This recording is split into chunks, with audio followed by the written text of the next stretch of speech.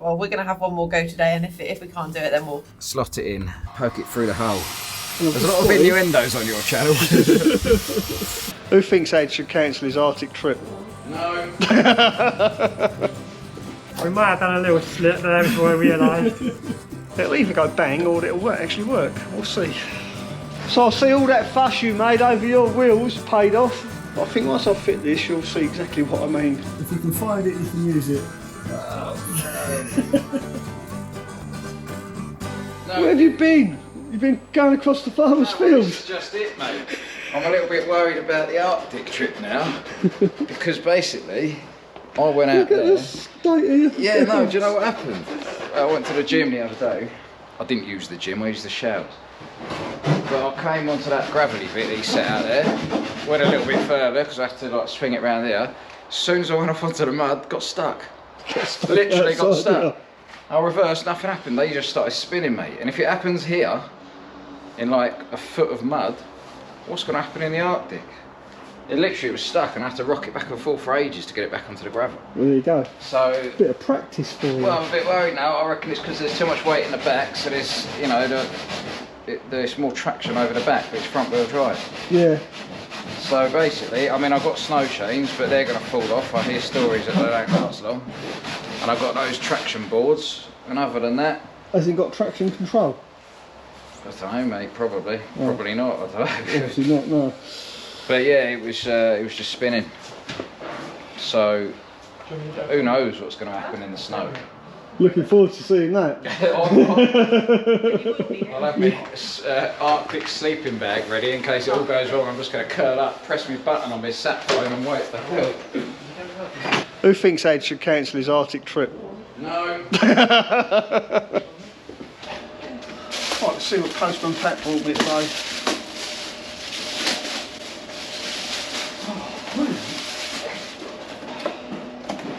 So I've got some 60 decibel horns for Dragonfly because the hooter doesn't work. So I've ordered these horns off of Amazon. And on the listing it said they're 24 volt. But it clearly says on the back of these they're 12 volt. Well, my van has a 24 volt system. So before I send these back, I'm going to try a little experiment. You know me, I like to experiment with stuff. I'm going to wire them up in series rather than parallel. So in other words, these two units will become one. I'll have a positive going in here and a negative coming out of here. Don't know if this is right, but in my mind I'm thinking that will make these 24 volt because after all they're 12 volt each. I'm now connecting them up as one unit. Hopefully this will make them 24 volt. Before I fit them, I'm going to connect some wires to these, put them on the battery in my van to see if they work. It'll either go bang or it'll actually work. We'll see. Now it's just occurred to me on the wiring diagram for this, which is pretty shoddy, you can see on there. Probably can't see it, it's that shoddy. There you are, look at that. But it says these poles go to the ground of the van via the brackets. So I need to know which one's positive and which one of these terminals is negative, because I'm betting the negative is also connected to this pole as well. A simple way to do that is to use a multimeter. So I put the multimeter, one on this pole and one on one of these poles, no connection. Same again on this one, no connection. So in fact this isn't even a ground. And I'm assuming because there's no positive or negative, what's that mark there? Oh no, that's just the gate from when it was injection moulded. No, there is no positive or negative, so I'm assuming it doesn't matter which way round they go. I've got a feeling these are going to get sent back to the seller. And just look at the state of this box. This is how it came. You'd think, like, to me that looks like it's been sent in the post I don't know how many times. It's a really battered box. But in all fairness, they was only 12 quid. So let's give it a go anyway. Right, so I don't know how I'm going to do this. I think I'm just going to touch the terminals on the actual battery. Let's put those over there. Oh no, let's put them in sight. We want them in sight, don't we? Right, so let's try 12 volts first by touching them on here. Very muffled. 24 volts would be these two terminals. Well, it's no wonder my horn doesn't work. Look at this, it is absolutely minging. It is rotten as. Now I have checked these wires to make sure there's a signal coming down when the button on the stalk is pressed. There is power coming to here, so it's most definitely this that is no longer working. And it's not surprising, just look at it. Nasty. Right, let's get this off. Well, there we go. That looks better, doesn't it? Now let's see if it actually works. First we need to turn the ignition on. Then we need to press this button. Ready? Wish me luck. A success! So there you go, that's how you turn a 12 volt horn into a 24 volt horn. You simply need to use two of them and wire them in series. One step closer to an MOT. Yeah. What about that? Well, now that my vario's got the horn and it's working, there's something else I need to do to get this vario ready for its HGV roadworthy test. Did you know that HGVs don't actually have MOTs, they have a roadworthy test? That's why if ever you run the registration of a vario to find out the MOT history, nothing comes up. Well, I believe that's the case anyway. But anyway, like I was saying, I do need to fit what is known as spray repressors, or as we like to call, mud guards. So basically that's my next job, fit these spray repressors to my vario. Which may sound quite simple, but it's not, because the brackets that hold these spray repressors are actually missing. You just turn the light on, you can see. It's a bit dark in here. So in here there should be a metal plate where the spray repressors bolt to, but obviously as you can see there's nothing there, so I need to make something first and fix it to this, and then fix the spray repressors to that. Does any of that make sense? Of course it does.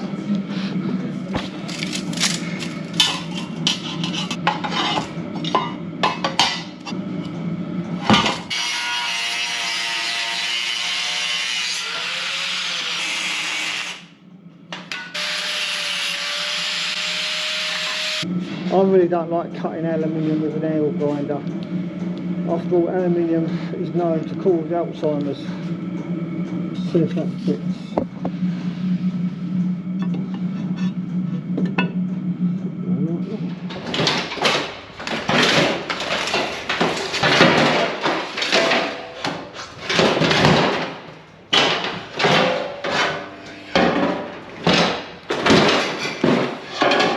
So I've come to realise that this isn't going to give me enough drop. It's a bit like hanging curtains. So I've gone for this piece of scrap aluminium that I found in the barn next door. But I think once I fit this, you'll see exactly what I mean.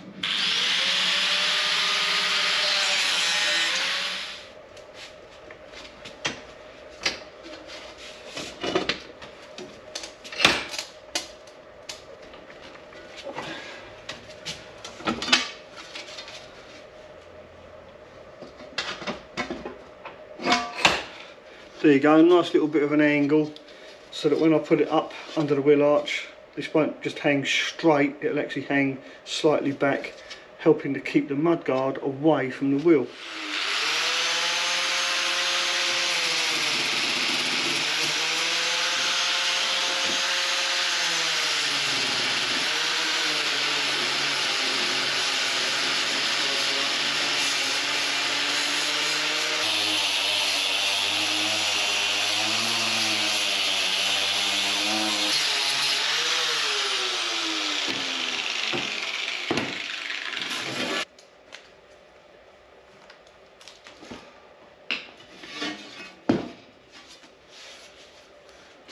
perfect. Might even give it a coat of paint.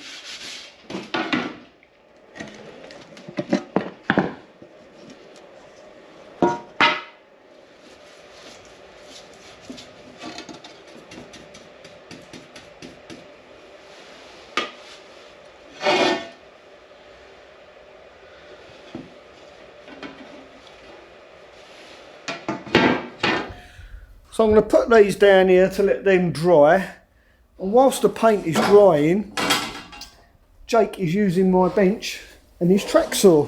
So what are you making, Jake? Making 3 battens, but using a 12mm plier, so it's only a 12mm thick batten as opposed to 25 or whatever. And it's got a bit of flex. A bit of flex, hopefully. Hopefully. So whilst Jake cuts his battens out, let's talk to Beth. She can explain the problems they've been having. Well, would you like to come and see the Yeah, let's have a look. Okay. Come see your problems. You've got 99 and this is one of them. This is the problem.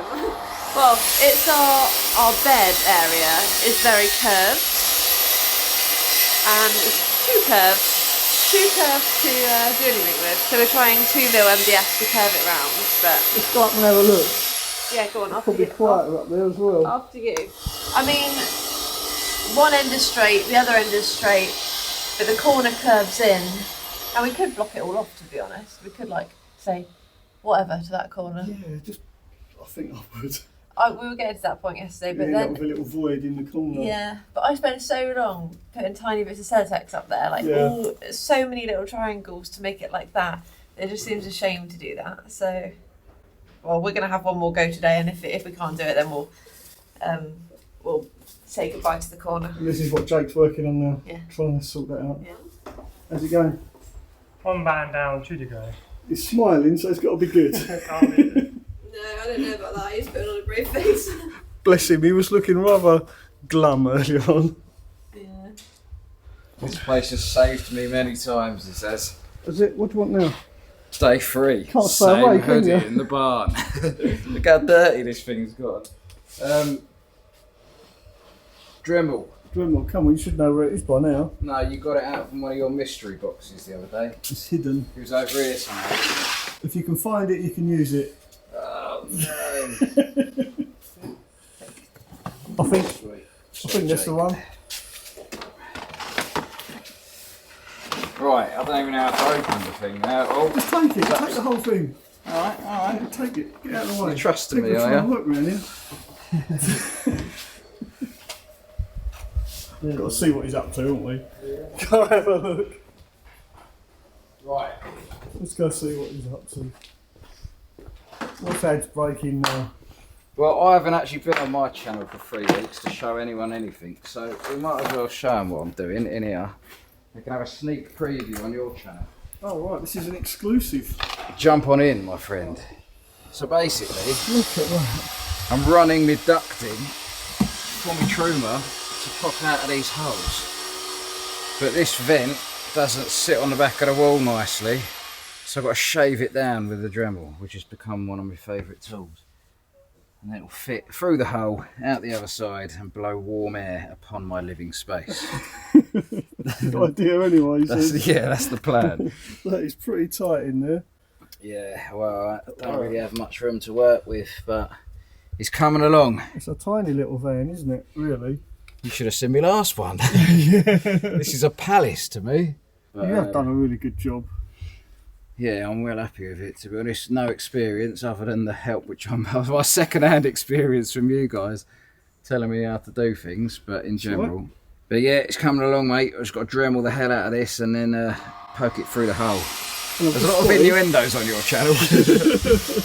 What have you spotted?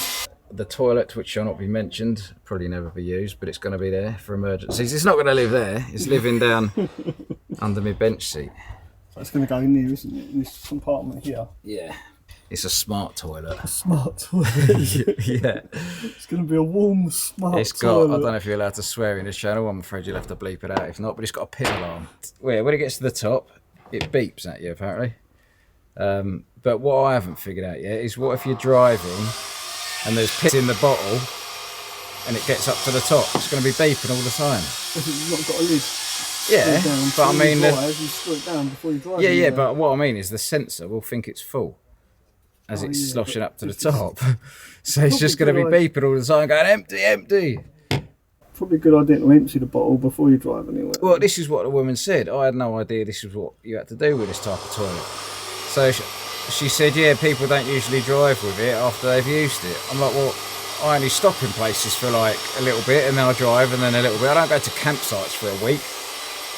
So for me, I don't know if it's the best idea. But to be honest, I'm never going to use it anyway. I've not had a toilet in my van for 2 years.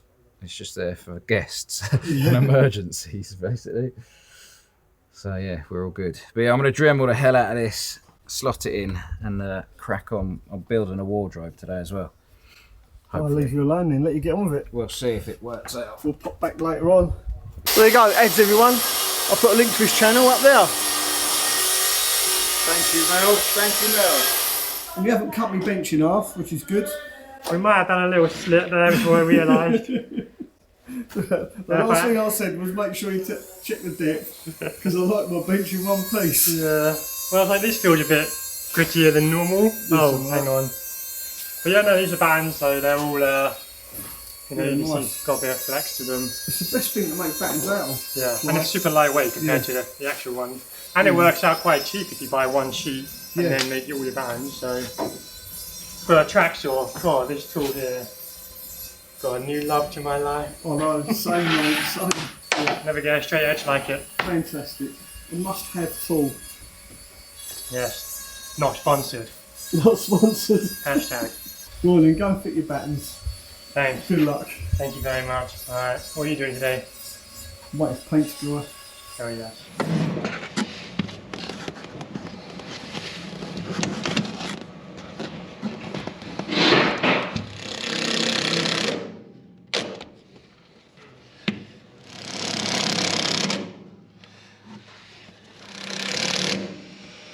Take a look at this though.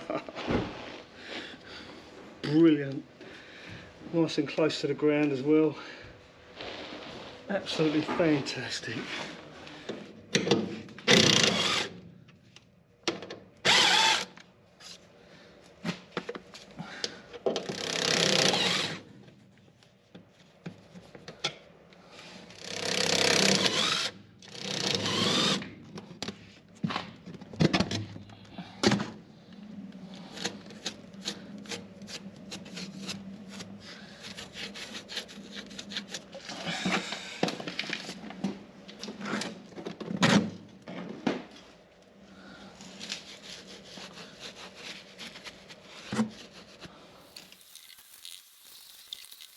Now you've all seen me use mastic sealing strip when I fit skylights or ceiling fans to camper vans. Very good stuff, and I've never had a skylight leak yet.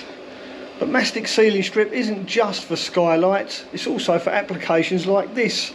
If I was to fix this panel up against this chassis rail like this, what I'm going to be doing is causing a trap along here for dirt to collect. So it's going to become a moisture and dirt trap.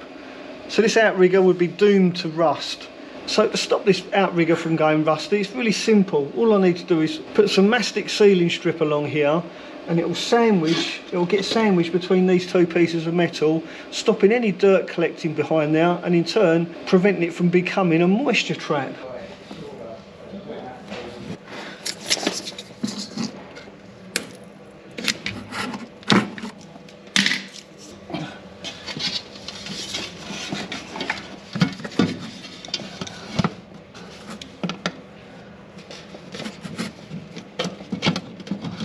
Just using this bradawl so that it makes it easier to find the holes when I go to put the screws back in. Like that. Now I've done that, can remove the protective cover. There you go. You got this in there.